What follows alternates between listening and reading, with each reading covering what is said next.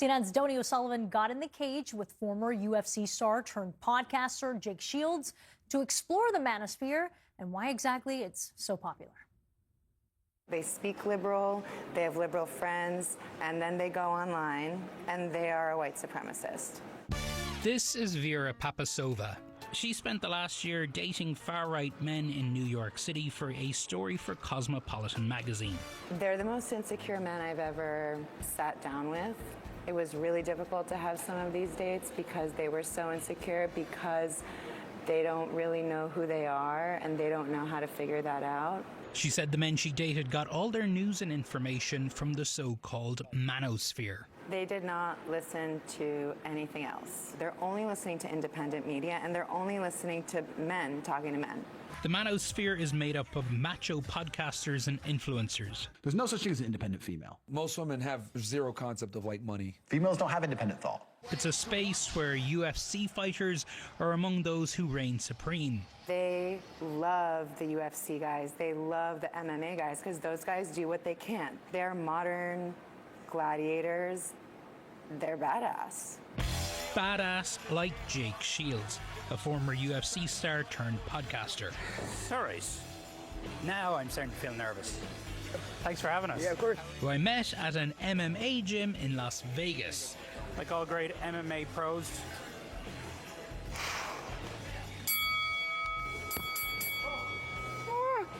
I've never hit anyone in my life. I'm not punching back. Hit me.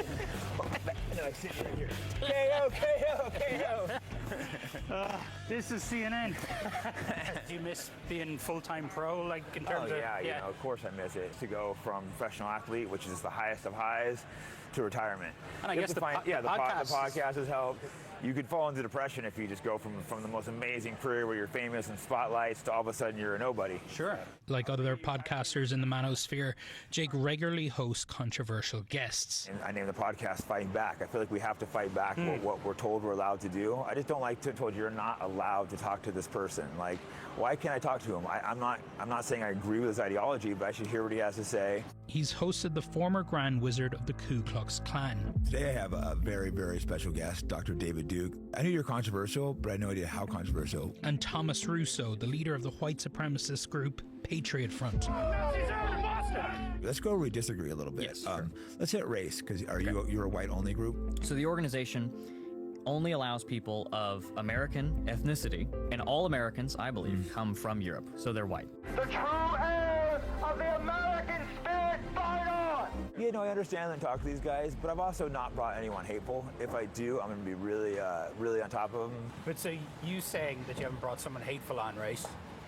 People will say, well, you brought on a Grand Wizard of the KKK, you brought on Patriot Front. Yeah.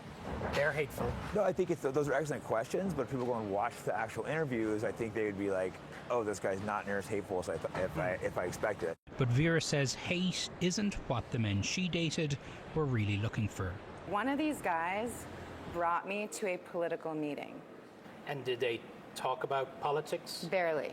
They talked about, it was a bunch of men complaining about girlfriends and wives, regurgitating Andrew Tate type of advice about how to train your girlfriend, how to train your wife to be submissive. And so this group was supposed to be a political group, but they're talking about relationship problems. And the fact that that's what most of the time was spent on, you don't need to be a neo-Nazi. You need therapy. The appeal of Jake's podcast speaks to a need among young men in this country that Vera says can't be ignored. You have to incentivize someone to want to be better. You can't just say, let's make men better. The thing about these guys is their biggest support system is online, but that also is very isolating, and isolation is what breeds hatred. Groups like Patriot Front offer community, but community based on racism and hate. People have to really think about, do you have the capacity to talk to people that you don't agree with? Because that one nice conversation you might have might change someone's day enough to not have to seek out help in an online support group, which is actually a bunch of white supremacists using political beliefs as an excuse for how they feel. Donnie O'Sullivan is here with us now. Donnie, I'm so glad you've done this special. There's so much intrigue around this issue of the manosphere.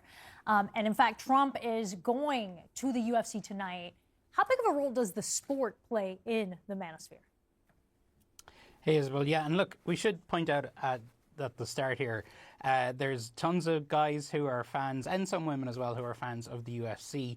I have many friends who are fans of the UFC. It certainly does not mean, you know, that if you are a fan of the UFC, you are falling sort of down this rabbit hole of hate and white supremacy and everything else. But what we are seeing is that there is this sort of, there is this crossover. The UFC is playing a greater and bigger role, really, in American life. Joe Rogan, who's the world's biggest podcaster, is a UFC commentator. Dana White, who is the founder of the UFC, is a prominent Trump supporter and was recently appointed to the board of Meta by Mark Zuckerberg himself, another big MMA and UFC fan.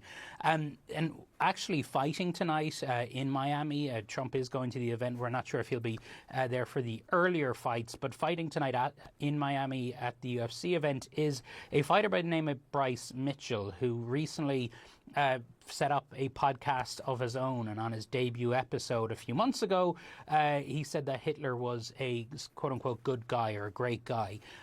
Dana White, the head of the UFC, was quick to condemn that, but you know, you can just kind of see there where folks who might be coming into this sport for one reason are a fan of fighting, and then they're getting exposed to views like Bryce Mitchell's.